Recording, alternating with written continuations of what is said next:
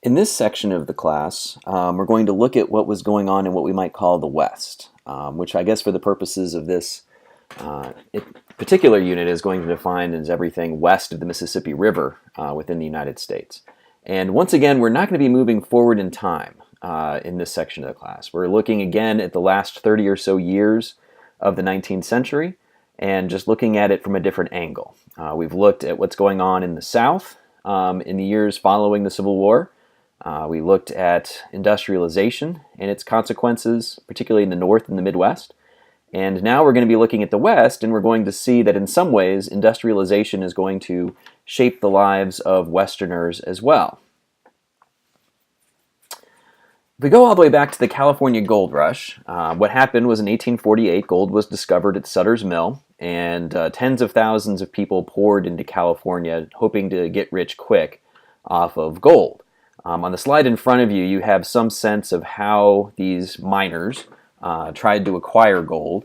In the early years of the California Gold Rush, they were fairly rudimentary devices. You see on the slide in front of you a chute that was constructed of wood. What you do is you take the sludge from the bottom of streams, you place it at the top, and then you pour water down it. And the idea is that the heavier metals, like gold, will stay at the top and be less likely to be washed down. And the lighter sediments, the mud and lighter rocks, will flow down to the bottom, which makes it easier to collect. On the slide on the right is basically the same principle, a Western miner panning for gold, relying upon, again, the weight of metal being heavier. So hopefully the metal will stay at the bottom of the pan, and as he swishes it from side to side in a sort of circular motion, the miner is going to swish out all the sediment and mud that he doesn't particularly want and be able to keep the gold for himself. The California Gold Rush just simply transformed California overnight. From a relative backwater with a relatively small population, California reached a population of 80,000 individuals very quickly and soon sought admittance into the United States as a co-equal member of the United States. And as California became connected to the East with rail transit, so too mining in the West was transformed as well. Where in 1848, most of these miners were drawn to California with the lure of trying to find precious metals, gold or silver, and often did so on a sort of individual basis. Over time, bigger, larger firms took over the relatively individualized process of mining for gold. On the slide in front of you is something called the hydraulic chief, as you can see. What it essentially did was eroded away mountainsides. It was a big water hose, and it put forward a bunch of water at a very high rate of speed, and it quickly eroded the mountainside and hopefully left the precious metals and heavier debris underneath. Now, with devices like this, smaller individuals with limited incomes simply couldn't afford to buy this kind of equipment that was increasingly being used to conduct mining by the 1880s. And instead, larger firms increasingly controlled the process of mining materials out west. And by the 1880s as well, the stuff that is being mined out west is beginning to change as well. Gold is valuable because it's a precious metal. We use it in jewelry, or often it's been seen in the past as money itself, that you coin it and mint it and you make it into cash. New items, however, like tin, copper, and zinc, which were increasing in value by the 1880s, were valuable not because they're precious metals really, but because of their industrial purposes. Copper makes an excellent conductor of electricity, and as industrialization in the East expanded, the drive for more natural resources, particularly industrially relevant minerals and metals like copper, zinc, and and other materials, went up as well. Now, as you can see on the slide in front of you, all that green stuff on the slide indicates this region that most Americans called the Great American Desert for much of the 19th century. If you ever played that video game in elementary school when your teachers couldn't figure out what to do with you, called the Oregon Trail, basically the game takes you from Independence, Missouri, sometimes St. Joseph's, Missouri was the starting off point, all the way to the Willamette Valley in Oregon. And along the way, you crossed over this region that Americans called the Great American Desert. It's not where people were headed for the most part, but instead they crossed over this region and headed to Oregon. Much of this region for the decades leading up to the Civil War was understood to be a sort of vast reserve for America's American Indian population. Dating back all the way to the Jefferson administration, it was seen as a place to place American Indians that lived east of the Mississippi River and put them west to make room for more white settlers to claim more land within the United States. But after the end of the American Civil War, American interest in settling this region with white farmers is going to increase dramatically. And there are a variety of factors that come together to help explain why more and more Americans are not simply skipping over this region, heading further west to the Rocky Mountain West, and instead choosing to settle in what, for many years, people considered to be an non-agricultural region. The reason they thought it was non-agricultural is because there are no trees there. I mean, infamously, if you drive across western Kansas and eastern Colorado, it's a vast plain. It's notoriously boring to go on a drive because there are no trees, there are no hills, it's just flat grassland. People moving west recognized that too, and rightfully reasoned that if there were no trees, it means there's not enough water. And if there's not enough water to grow trees, then it's a pretty precarious existence trying to be a farmer out there. And in fact, in the 1880s and 90s, a lot of farmers will discover that there are a lot of problems with farming in the West, but there are going to be a variety of factors that tend to pull people to this region, particularly in the 1870s. And one of them is the railroads. If you remember back with me when we looked at industrialization, we saw that one of the ways in which the federal government tried to encourage railroads to build in regions like the Trans-Mississippi West was to provide land grants. These land grants to railroads resulted in the railroad companies being large landowners in the West, and the only way that that land could be translated into hard currency is if it was sellable.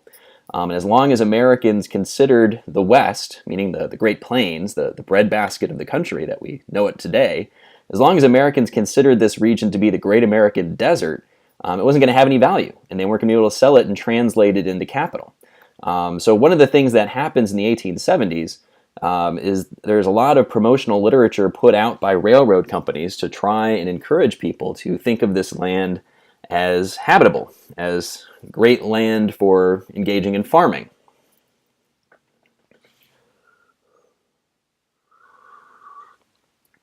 The U.S. government's also going to play a rather direct role in encouraging white Americans to move out to this region, especially with laws in place like the Homestead Act. The Homestead Act makes a lot of federal land owned out west open for American farmers to settle there, gain 160 acres.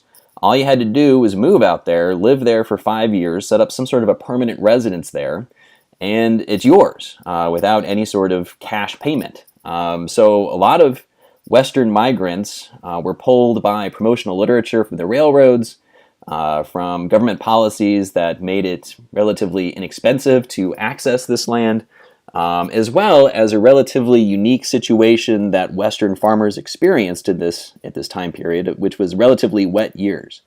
Like all ecosystems, the Great Plains go through relatively dry cycles, they go through wet cycles, and the 1870s, for whatever reason, were particularly wet years for the Great Plains, which made it more possible for farmers to successfully farm 160 acres and make a living off of it. But of course, there were already people living in the Great Plains. As I said before, ever since the Jefferson administration, this region had been considered to be something of a vast American Indian reserve, that American Indians east of the Mississippi River would be forcibly removed out west, and that they would live permanently in this region. And so many of these settlers who are moving into the Great Plains are coming into contact and conflict with American Indians who either had been recently removed to the region or had long considered the Great Plains to be their home. We're going to focus more on the northern plains than on the southern plains. On the northern plains, much of the conflict with the United States comes in the form of wars with the Sioux and the Cheyenne. On the southern plains, the conflicts tend to focus on wars with the Comanche Indians, who tended to dominate the southern plains. In the 1860s, there were several wars that the U.S. waged against Plains peoples on the northern plains. The Sioux War in 1862 didn't go particularly well for the Sioux. Neither did the Cheyenne War of 1864. One of the more notorious events of the Cheyenne War of 1864 is this massacre that occurred known as the Sand Creek Massacre, in which American soldiers killed a bunch of American Indians in Colorado, who were basically women and children in a camp because there was a sort of open season on all American Indians within the region. But at the same time, neither was the U.S. government all that interested in trying to clear away the region for white settlers.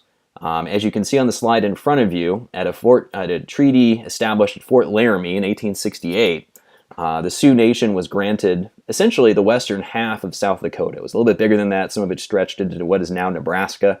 But they were able to acquire this considerable land grant from the U.S. government as it's labeled in front of you, the Great Sioux Reservation. So American interest is not largely on the Great Plains. Part of that is because it's still not considered to be the focus of American settlement, partly because America is at this point distracted with the events of the American Civil War and is not inclined to put a lot of resources into fighting wars against American Indians on the Great Plains. But that will change after the American Civil War comes to an end. In the 1870s, gold was discovered in the Black Hills of South Dakota on lands claimed by the Sioux Nation, and the gold acted as a magnetic force for white miners moving out west to try and find the gold and get rich for themselves. As more and more white settlers moved into the region, the Sioux Nation resented this as a violation of their agreement with the U.S. government, and violence started to build. Eventually, these settlers called upon the government to send in soldiers to put down the rebellion. And one of the more infamous episodes of this war between the U.S. and the Sioux Nation is the Battle of the Little Bighorn. It was a victory for the Sioux Nation. It is the time in which Custer had his infamous last stand. At least that's how it's often been portrayed on the slide in front of you there. And the picture on the left rather, is how we often imagine Custer's last stand. Custer and his soldiers in the 7th Cavalry clustered together, putting up a last-ditch effort to defend themselves, but eventually they were unsuccessful. On the right is a drawing made by the Sioux Nation of the Battle of the Little Bighorn, and it portrays the last stand very differently. What you see there is a general melee, a flight of the cavalry away as Sioux soldiers chase after them and kill them to a man. Now, this is one of those battles where the Sioux win, but perhaps lose the broader struggle in part because of this victory. 1876 is an auspicious year for the United States. It's the centennial celebration of America's existence as an independent country. And what do Americans read in their newspapers in this year of national celebration but this dramatic loss of the U.S. government on the Great Plains? And so this occurrence during the centennial celebration, if anything, tends to just draw more attention to this conflict on the Great Plains and greater public demands that the U.S. government put down this nation of American Indians on the northern Great Plains. Now, there are other changes taking place on the Great Plains as well that, kind of like with mining in the West, are in some ways connected to industrialization in the East. Many of the people living on the Great Plains depended upon the American bison for their livelihood. Lots of elementary school classrooms will survey the various things taken from bison and used by people on the Great Plains. They were the foundation of their livelihood, and many of the bison were being slaughtered in the 1870s and 80s. On the slide in front of you is a picture of bison hides stacked on top of each other. Those aren't just individual bison, that's just their skins that are piled up that high. There are other pictures like it of bison bones stacked like mountains. Part of the reason that bison were being slaughtered in such great numbers in the 1870s and 80s is because of industrialization. People discovered that when they made fan belts for various industrial equipment, cow hides worked fine, but they tended to break over time. Bison hides lasted longer. And since bison hides were apparently tougher, lasted longer, they commanded a higher price, and this higher price drove up demand for bison hides, which meant lots of hunters flocked out west to try and harvest bison to feed the demand of industrial production back east. So much as industrialization, the expansion of the railroads, as these things were transforming the far west in the way mining was developing in the far west, so too industrialization was transforming the Great Plains. Now, one of your readings for this week is going to look at the history of the Nez Perce in particular. The Nez Perce lived in the Rocky Mountains, the western Great Plains, and in particular, the reading for this week is going to focus on a narrative provided by Chief Joseph, and he provides a wonderful account of how his life and the life of his nation was being transformed over time by increasing contact with various white settlers. At least in the early years, he's going to focus on French traders, but eventually the United States. And I think he provides a rather succinct description of how this expansion is going to transform the outlook of his people. Now, there are a lot of reformers in the East who are concerned about the plight of American Indians on reservations, particularly in the West. Many of these reformers, another of whom, Richard Pratt, whom you're going to read for this week, were concerned about the poverty in the West. They wanted to do something to repair the impoverished conditions that Native people faced. And one thing that they wanted to do was to get rid of the reservation system. At least some of these reformers felt that the problem was that American Indians were being segregated from the general U.S. population, and reservations were contributing to that rather than working towards the assimilation of American Indians into the general U.S. population. So the goal of many of these reformers is to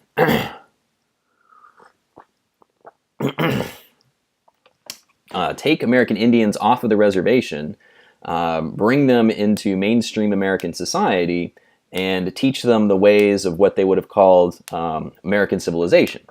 One way of accomplishing this is by dismantling the reservations. Many of these reservations had been established by treaty. In 1871, the U.S. government declared it was going to stop treaty making, that no longer were they going to establish treaties with Indian nations as if they were separate nations like Mexico or France, and instead treat them as domestically dependent people. In 1887, the Dawes Act begins the process of dividing up American Indian reservation lands.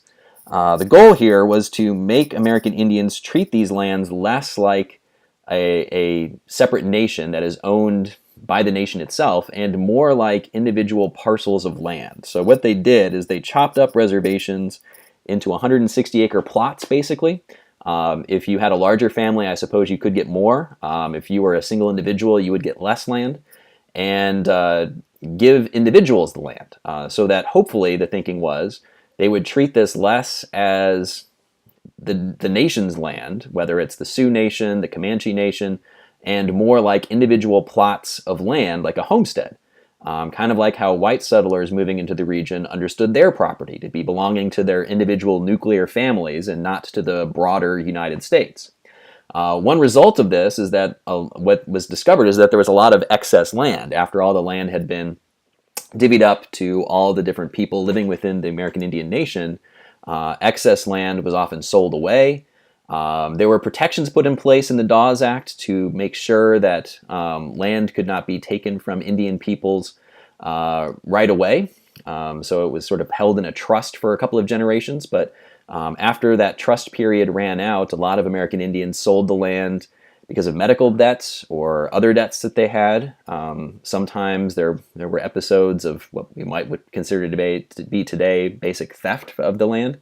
In 1889, the Dawes Act was expanded to include the American Indians living in what we think of as Oklahoma today. For many years, this was considered to be Indian territory.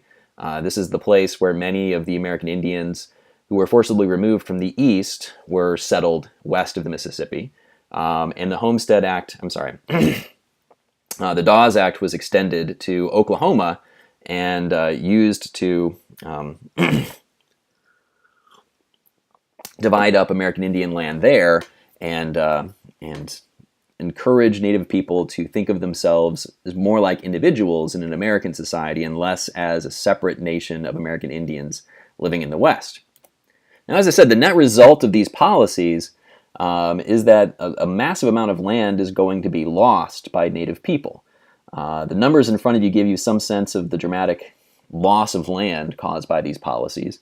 In 1887, American Indians controlled 138 million acres of land. In 1934, when this policy came to an end and American Indians experienced what becomes known as the American Indian New Deal under the Bureau of Indian Affairs agent John Collier, this process came to an end. The reservations were once again restored, tribal government is restored, and land lost had been 90 million acres.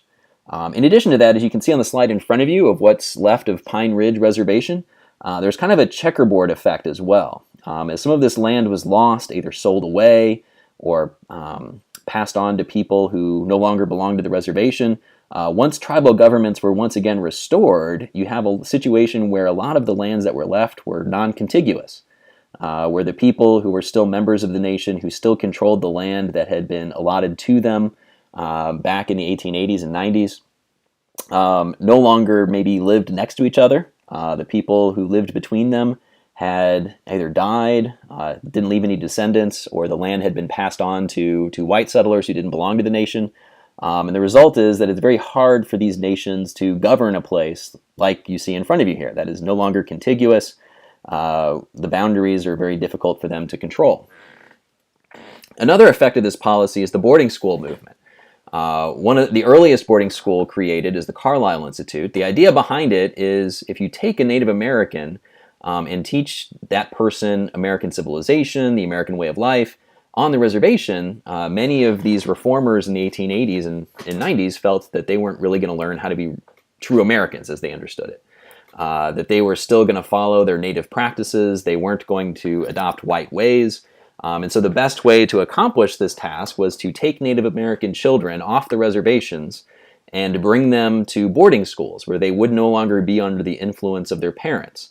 On the slide in front of you is a picture of an Apache boy before and after he was regroomed, redressed when he came to Carlisle Institute.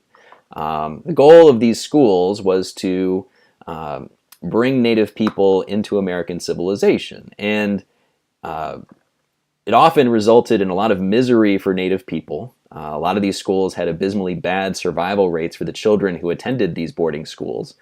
And again, the sort of idea behind it is almost a philanthropic idea, that the goal here is to encourage progress, prosperity amongst Native people, and the feeling of people like Richard Pratt, whom you're going to be reading for this week, is that as long as Native people were on their reservation, they were going to be mired in poverty and not have any chance for success. But the result of this is going to create a lot of misery for Native people for many years. One of the unintended consequences of the boarding school movement is going to be the creation of a sort of pan-Indian movement across the United States. It's no mistake that a couple of decades after the boarding school movement was founded, this Society of the American Indian is created as well to represent the interests of American Indians across the United States. What you have at the boarding schools are Native people drawn from across the country. It could be Apaches from Arizona, Sioux from South Dakota. They could be Iroquois from New York, and they're all plopped down together in the same school. And while they're there, they can talk to one another and discuss things and find that, yes, they may have different tribal backgrounds, different customs based upon their traditions from across the continent. But because of their status of American Indians, they have some commonalities that unite them together against the United States government. And so part of this Society of American Indians is possible because of this boarding school movement that drew American Indians together in the 1880s and 90s. And once those children became adults and could work for themselves, they tended to see more in common with each other than they did before the boarding school movement. Another impact of the boarding school movement in this process of assimilation is going to be some permanent divisions that exist upon some reservations, like the Pine Ridge Reservation in South Dakota. And by the 1970s, there was a virtual civil war going on in South Dakota on the Pine Ridge Reservation between assimilationists and traditionalists. Traditionalists felt that the best way to preserve American Indian society, American Indian lives, was to preserve American Indian traditions and to keep those traditions alive. Accommodationalists, assimilationists, argued that the best way to preserve American Indian prosperity, to ensure American Indians held title to their lands, was to understand the ways that white society worked so that they could better protect American Indian interests within this new world that was being brought to them. On the slide in front of you is a picture of Charles Eastman, whose father had fought in the Sioux War in 1862. And at the conclusion of that war, he felt that it was just simply inevitable that white ways were going to be marching out west and fundamentally changing the world around the Sioux Nation. And as a result, he encouraged his son to go to one of the boarding schools, where he was educated, eventually became a doctor, and went back to the Pine Ridge Reservation and served as a doctor for the rest of his life, and became something of an advocate for the assimilationist principle, believing that in order to preserve American Indian lands in a white legal code, you had to have American Indian lawyers who were trained in the white legal system. So they understood how it worked and could better protect legal title to American Indian lands. So this divide becomes something of a permanent problem that lives on for generations within a number of reservations on the Great Plains and elsewhere within the United States.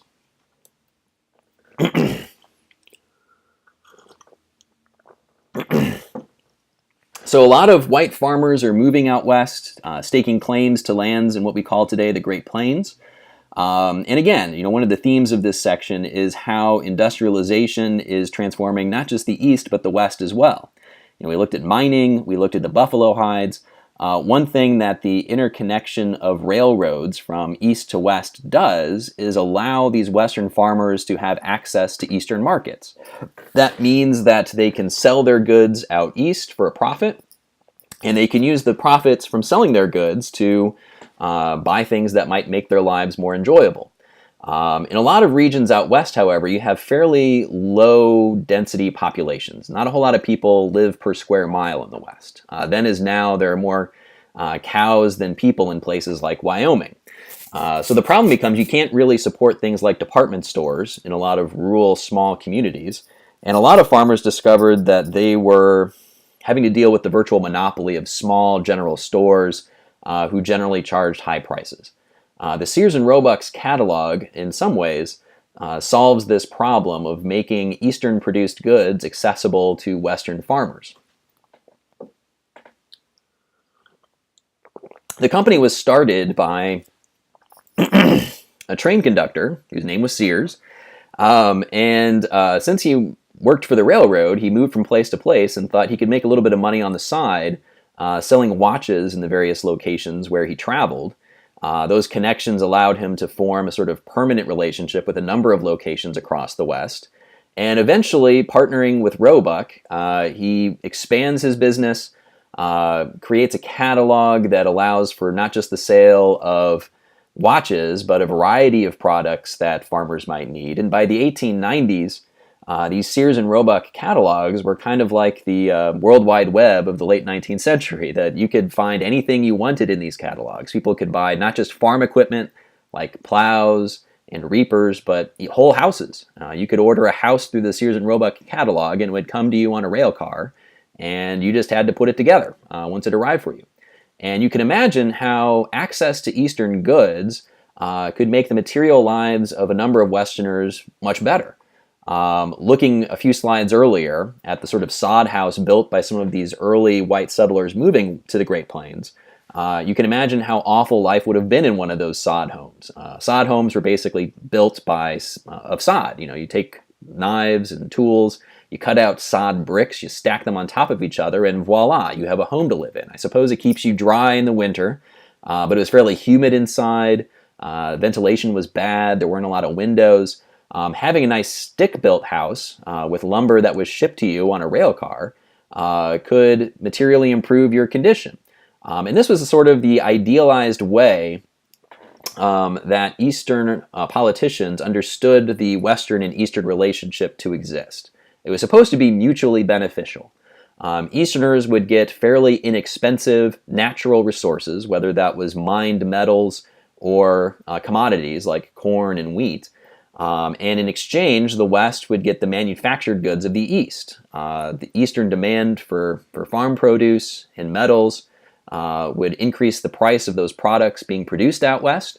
The demand for products manufactured in the East would increase the price of those products, and this would benefit everybody. It would benefit the manufacturers, it would benefit the workers, and it would benefit the farmers. But idealization and reality are often very different, and by the 1890s we'll see that a lot of farmers were beginning to feel as though they were not getting a fair deal in this developing relationship between East and West. What a lot of farmers discovered is that farming in the West is very difficult. There are a lot of plagues that can damage your crops, from hailstorms and tornadoes to locusts. And the West is also a fairly arid environment. The kind of rainfall you get in Nebraska doesn't compare to what you get in Illinois. It's much drier and thus more prone to drought, and it's more likely that Western farmers could be ruined. And in addition to that, we're going to see in a few minutes that various policies created by the U.S. government means that commodity prices tended to be low, and but the prices for the manufactured goods they bought tended to be fairly high. And so Western farmers, because they have to farm such large acreage, found themselves increasingly dependent upon goods produced in the East, whether it's the McCormick's Reaper that you see up top, that allows farmers to harvest large acreages of wheat with minimal labor, or whether it's the John Deere steel plow, which had long been in existence in the United States, that was used by Western farmers to till up the relatively thick and heavy soils of the Great Plains. Many people began to feel as though this mutually beneficial relationship that existed in the ideal world was becoming one of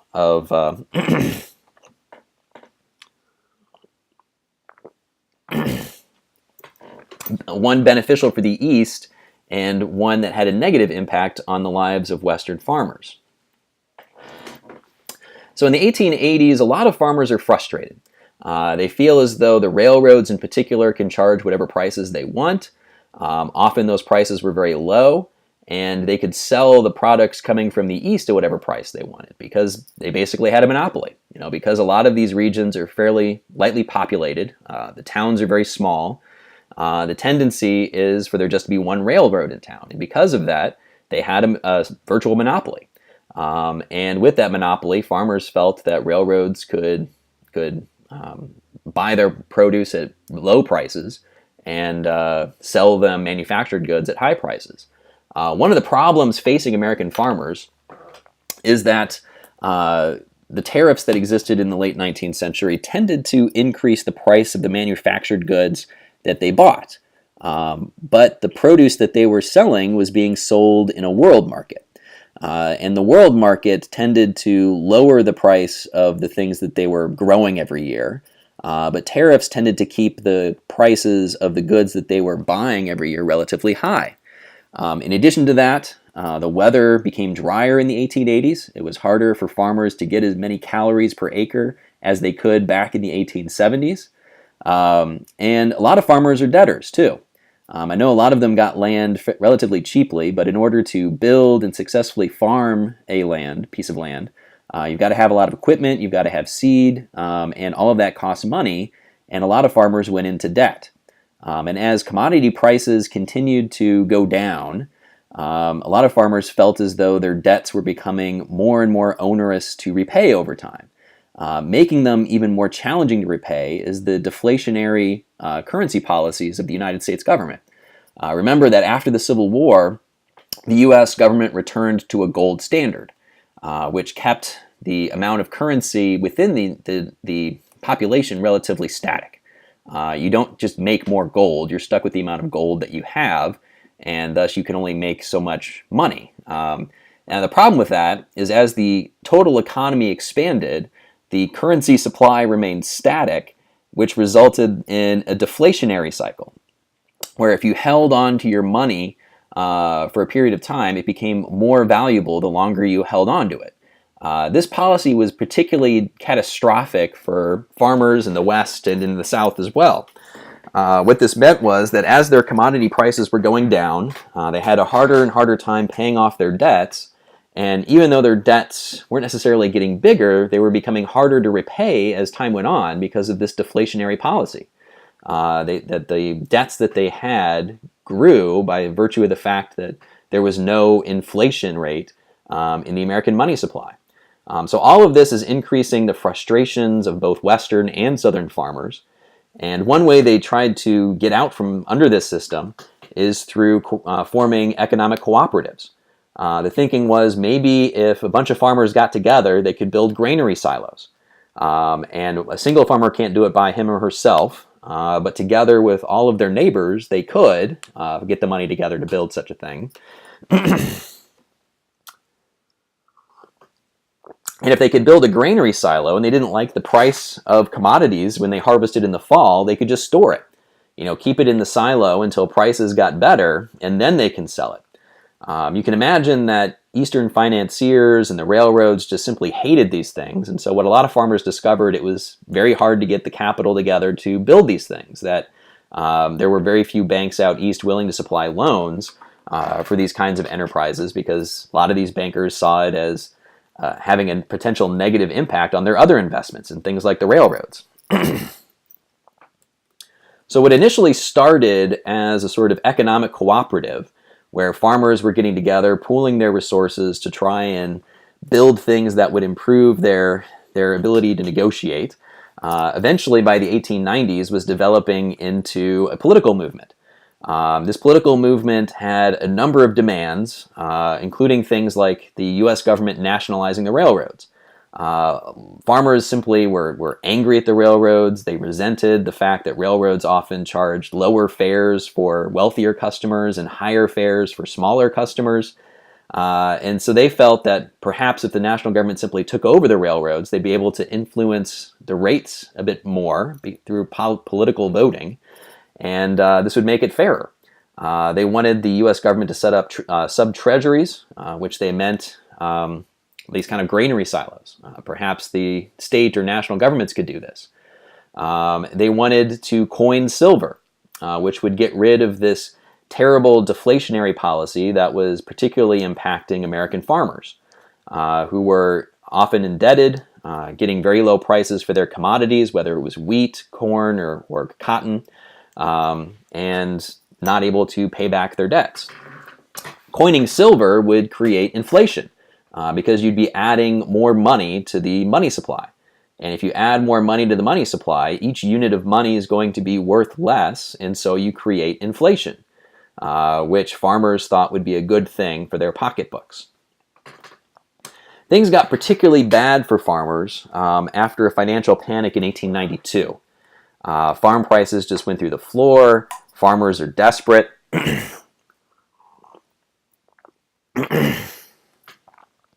And the big moment in the sun for this political party formed by these angry farmers, the populist movement, comes in 1896.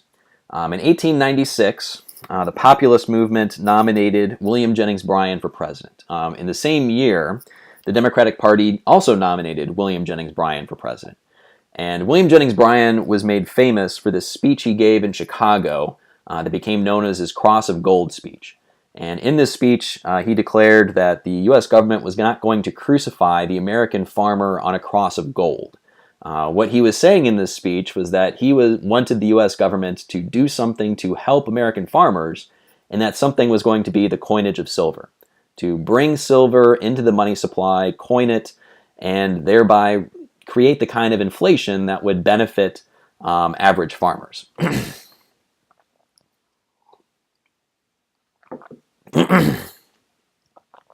On the slide in front of you is a political cartoon put out by the opposing party, the Republican Party, and its presidential nominee, William McKinley. What it's supposed to convey to you is William Jennings Bryan holding his proverbial cross of gold, but he's trampling on the Bible. What the McKinley campaign was trying to say here was that he was playing fast and loose with biblical imagery, and was not doing justice to what the Bible actually said, but rather making things up. There's no cross of gold in the Bible. And yet William Jennings Bryan is sort of making biblical allusions to justify his political demands. It's a little hard to see, but in the background you can see this fellow who's wearing rags. He's in tattered clothes, and he's waving this flag that says anarchy. The McKinley campaign tried to portray Bryan as a dangerous radical who was going to fundamentally change the way the American system was run, and therefore you should be encouraged to vote Republican rather than Democrat in this election. One of the problems for the Populist Party and the Democrats in the election of 1896 is that so many of their policies were geared towards the benefit of farmers, both in the South and the West, which didn't necessarily translate into positive benefits for Eastern workers. If you're a laborer in an Eastern factory, would you consider voting for the Populist Party? Certainly they made efforts to link up with trade unions in the East, but one of the big problems the populists are going to have to bridge here is that they're essentially arguing for policies that would increase the price of food. And workers in factories are perhaps not going to be very interested in voting for a political party that is expressly declaring that they're going to raise the price of food that they're going to have to buy. So that was something the Populist Party always struggled with. How can they bridge this gap between simply being a party of farmers to being a party that addresses the needs of the nation's downtrodden, both Western and Southern farmers, as well as Eastern industrial workers? And it just did not translate in 1896, and William McKinley is able to win the election. And the Populist Party quickly fades from the scene after the election of 1896, and there are a variety of reasons for this. Some people have suggested that the discovery of new gold deposits created the kind of inflation that the populists already wanted, although I will add that other economists have suggested that this is a bit naive, that this alone would have created the inflation that populists wanted. A probable cause of this decline of the Populist Party is that there's return of relative prosperity across the country, but particularly along the Great Plains.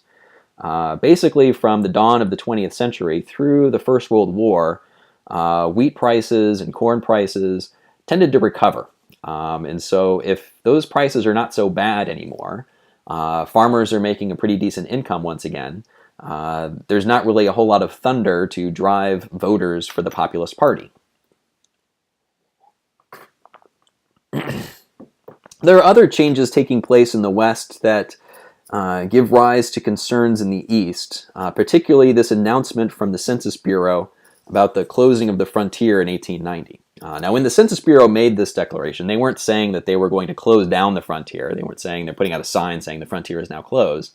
What the Census Bureau was saying is that looking at what we call today the lower 48, the states stretching from Washington in the north to California in the south, Florida in the east to Maine in the north, looking at this map of the lower 48, the 48 contiguous states, the Census Bureau declared that they could no longer find a frontier, that there was no longer a place on this map where the authority of the U.S. government could not be enforced. What they meant by that was there was no longer, for example, in southern Arizona, an Apache nation that resisted the authority of the national government and declared their own nation to be the sovereign power within the region, that the U.S. government was now capable of enforcing its laws within all of this territory. Now, this sounds like a successful moment, but for historian Frederick Jackson Turner, this is a moment of concern. Turner writes this infamous thesis in 1893, presents it at the Chicago Columbian Exposition, and says Americans should be concerned about the closing of the frontier. He says that historians up to him have been suggesting that Americans are essentially transplanted Europeans. He argues that other historians have claimed that if you want to look at American government, American politics, American intellectual history, they all point to Europe and French or English sources to explain where these ideas and legal systems had come from. But Turner says that's all wrong-headed.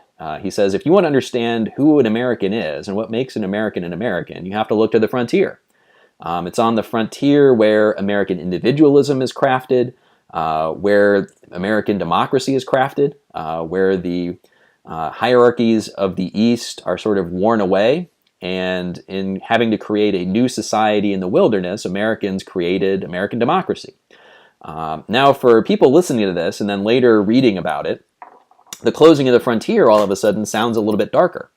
If there's no longer a frontier, a sort of wild zone where Americans can craft their individualism in the future, what does that say about the future of American democracy? Is there going to be a place where Americans in the future are going to be able to experience the kind of wildness that they did in the past that will encourage this kind of rugged individualism that Frederick Jackson Turner seems to respect so much in his thesis of 1893? And so it's no mistake that in the 1890s, there's an increasing audience for the writing of an individual named John Muir. John Muir is sometimes identified as sort of the father of the modern environmentalist movement. And growing up in the East, he eventually moves out west to California and spends the rest of his life wandering around the mountains and writing about his observations. And he generally suggests that there's something of value in preserving this wildness of the West. And because a lot of Americans were concerned at this time about the closing of the frontier, the possibility of Americans experiencing this frontier experience and being able to achieve the kind of independent democracy that the frontier had supposedly encouraged in the past, Muir has a big audience. The slide in front of you is a picture of John Muir meeting with Teddy Roosevelt.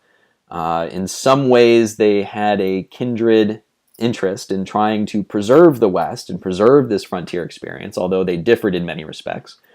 John Muir, to his face actually, told Teddy Roosevelt he didn't understand Teddy Roosevelt's infantile need to shoot everything that he saw.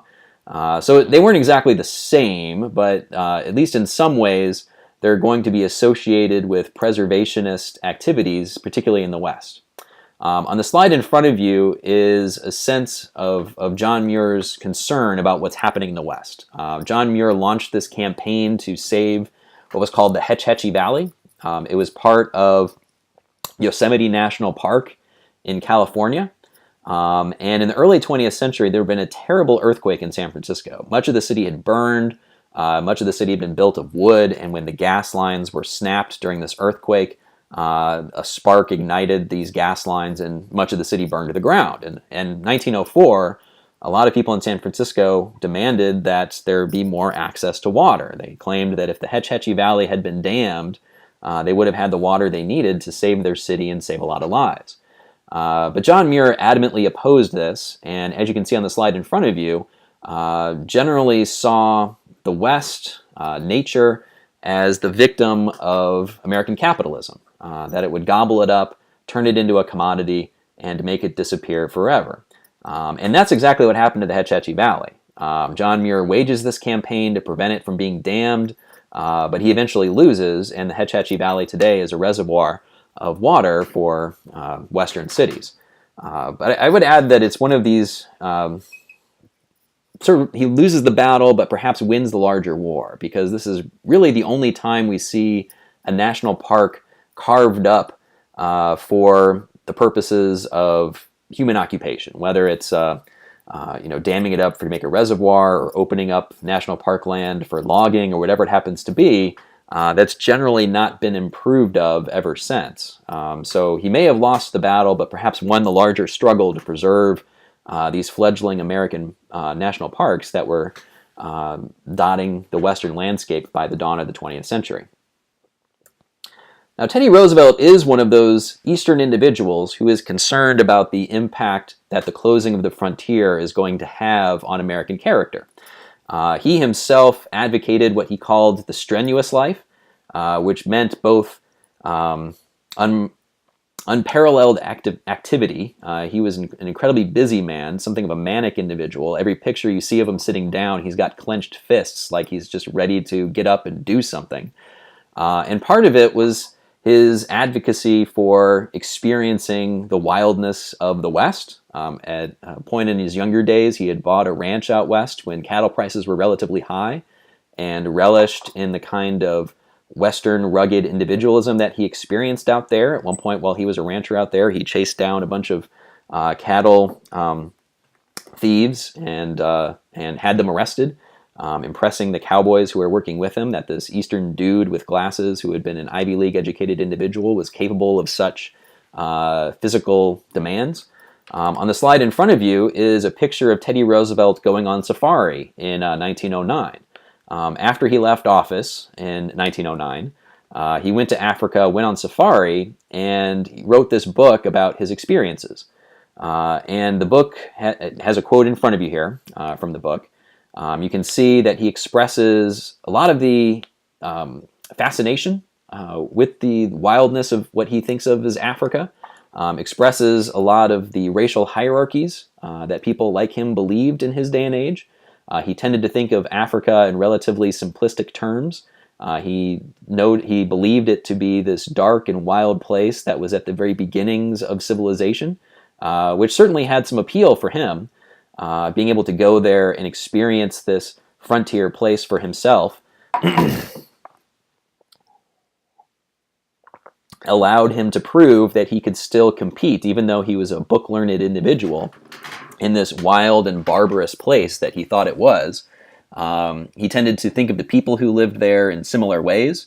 As you can see at the beginning of this quote, he calls some of the people that he saw there ape-like naked savages, which again seems more caricature than reality of the people who were living in Africa where he was on safari at the time. But all of this is important because of the way these ideas and the way that people like him had these ideas will shape America's perspective on overseas people. The belief of many Americans, including Teddy Roosevelt, was that America represented the civilized world, including Western Europe and the United States in this civilized world, and much of the rest of the world was on these sort of beginning stages towards civilization.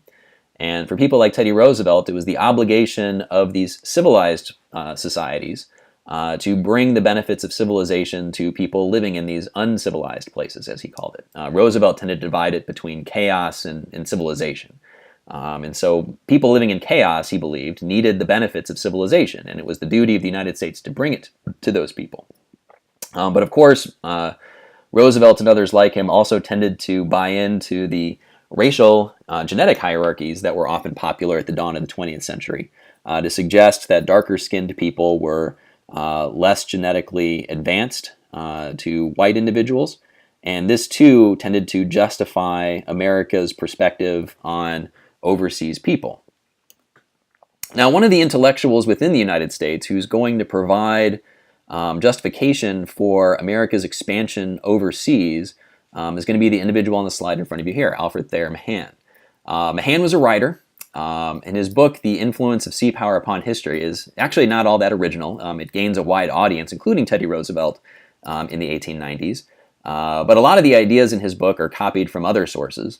But essentially, Mahan's idea is that the way to prevent financial panics, financial depressions in the future is to make sure that the United States, like other industrialized nations, has access to cheap natural resources overseas and also access to limitless populations of people to sell American manufactured goods to. Mahan tends to present the world economy in a sort of zero-sum game. And in his mind, if Americans did not gain access to these overseas resources and these overseas customers, then other nations would, and U.S. industrialization would be hurt in the process. And you can imagine that these ideas, even though they're not all that original in 1890, gained a wide audience because of this concern about the closing of the frontier. You know, the frontier had often been seen as a sort of safety valve for the United States, that once the frontier was there, the idea was if there was a financial panic in the East, you couldn't make it anymore, you went bankrupt, there was always the West. You could go out West, start again, and be successful. But now that the West is closed, now that the frontier is gone, where are Americans going to find that safety valve for industrialization? For Mahan, the solution is an empire around the world. Now, the empire that Mahan is advocating for is probably not what you're thinking of as an empire. Mahan says land masses, gaining huge land empires, that's the old empire. That's not the new empire that he's advocating for.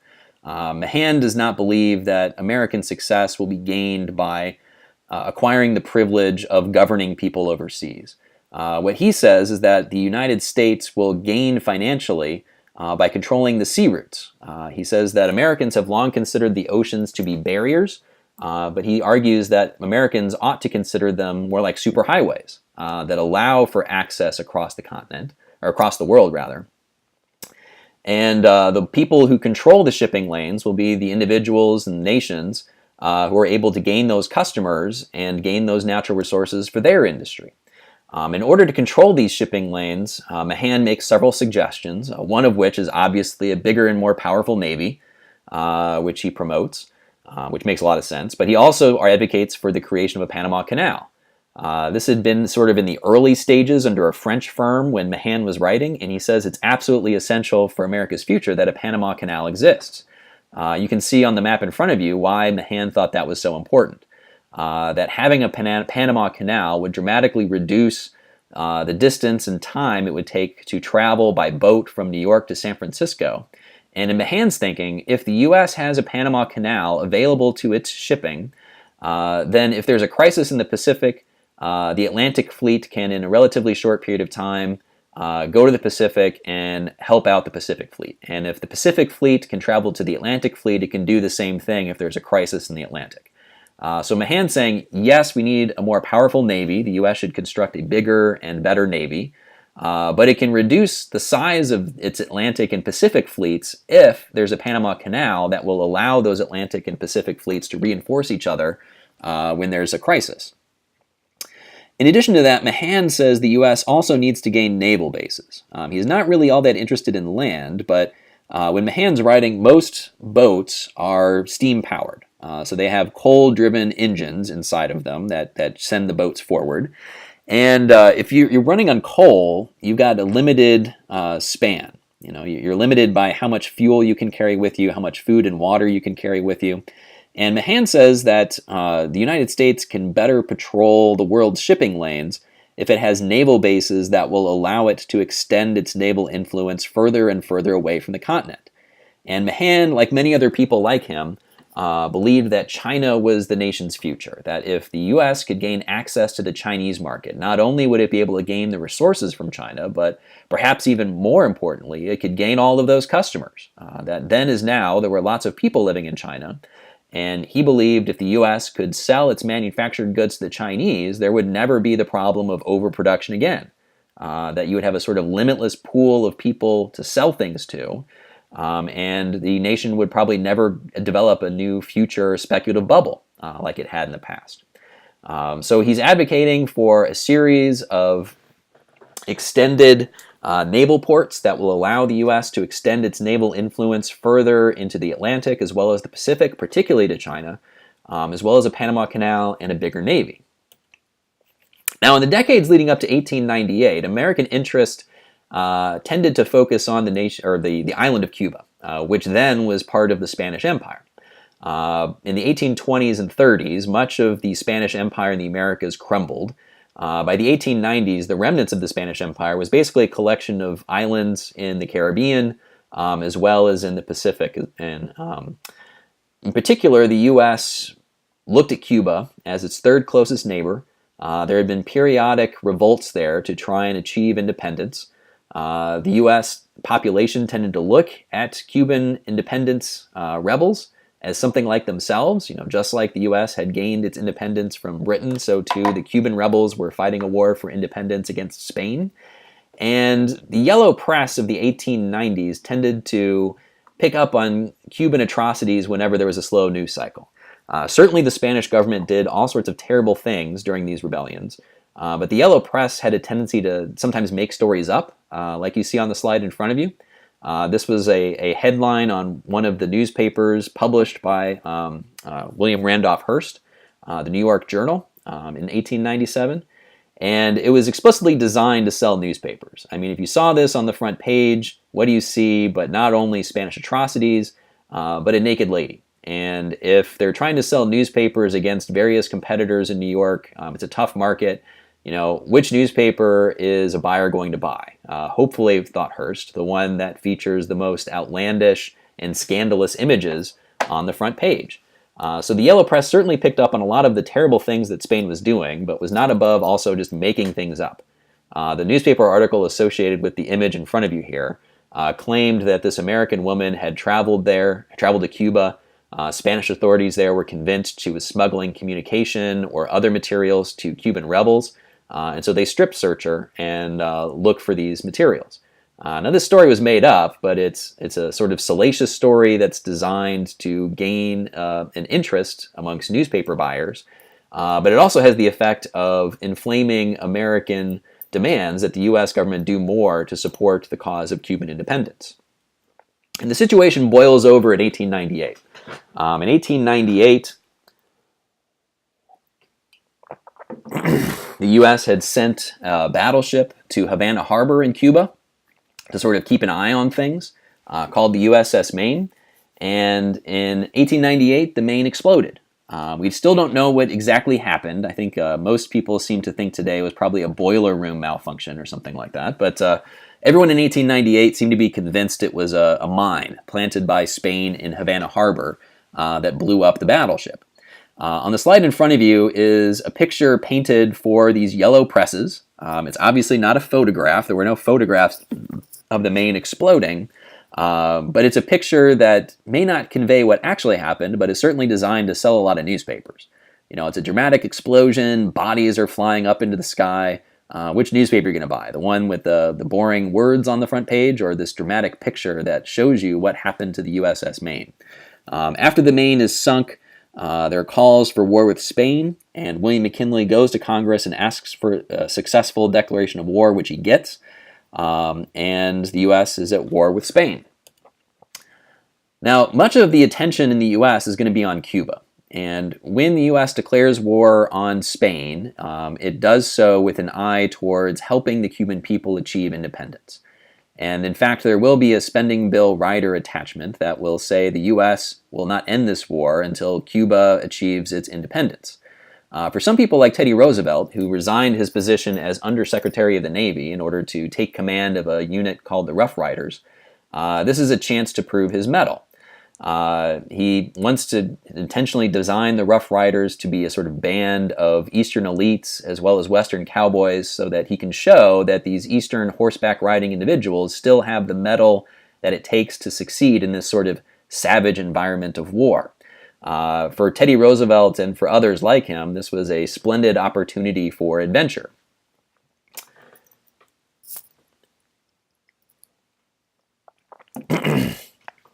Now, militarily, the war is going to go incredibly well for the United States. U.S. commanders in Cuba made a number of dunderheaded mistakes that could have likely cost the U.S. dearly in Cuba. It seems as though the Cuban commanders for Spain, however, seemed fairly anxious to surrender things, and Cuba fell within a fairly short period of time. The Spanish also controlled the Philippines in 1898, and a U.S. naval fleet sent to the Philippines quickly destroys a Spanish fleet there, and Manila is also liberated from Spain. Now, when it comes to the liberation of these various colonial possessions of Spain, the U.S. was committed to Cuban independence, but said nothing about Filipino independence. There had, in fact, been a rebellion in the Philippines by the Filipino people trying to achieve independence that met up and was in some ways allied with Admiral Dewey's fleet when it arrived in Manila Bay to destroy the Spanish fleet there. But we will see that the U.S. is not going to treat the Philippines like it was going to treat Cuba. In fact, in the peace treaty negotiations, what the U.S. did was essentially buy the Philippines and various other possessions from Spain. Cuba is left independent, although the U.S. does claim a naval base at this site on Cuba called Guantanamo Bay that it retains possession of to this very day. On the map in front of you, you get some sense of the kind of empire that the U.S. had acquired at the conclusion of the Spanish-American War. Hawaii was not acquired from Spain. Hawaii was a sort of somewhat independent nation. It was ruled by the Hawaiian monarchy. But in 1893, there had been a rebellion led by American transplants there who founded a number of sugar plantations in Hawaii. Tariff policies had changed in the U.S., relatively favorable tariff policies that had allowed Hawaiian sugar to be competitive in the American market had changed in 1890. And Hawaiian sugar all of a sudden became a lot more expensive. A lot of the American farmers there were frustrated with the Queen's unwillingness to meet their demand, so they launched a rebellion, and as soon as they were successful, they sought annexation for the United States. That treaty dragged on for a number of years, but it was pushed through Congress in 1898, and the annexation treaty is passed. What you'll notice on the slide in front of you is that in many respects, the empire the U.S. acquired in 1898 reflected the demands of, or the suggestions, I should say, of Alfred Thayer Mahan. What the U.S. gets is a series of island nations that allows it to treat these island nations as naval bases, that allows it to extend its naval influence all the way to the coast of China. In fact, that's exactly what William McKinley said the U.S. was going to do. He reflected that this would allow the U.S. to have a bigger hand in shaping trade policies in China.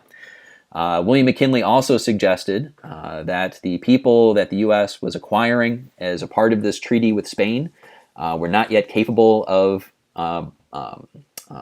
ruling themselves. Much like Teddy Roosevelt in his Africa campaign, in his reflections upon his safari in Africa, William McKinley believed that these people were at a sort of state of nature, that they were on the first steps towards civilization, and it was the duty of the United States to stay there and to train the people that it was acquiring in the ways of American civilization so that they could, at one point in the indeterminate future, govern and rule themselves. So in a lot of ways, the American empire the U.S. acquired in 1898 seems to be explicitly designed to meet the industrial needs of the United States, its demand for cheap natural resources from abroad, as well as its need for an ever-expanding pool of customers to sell industrially produced American goods to.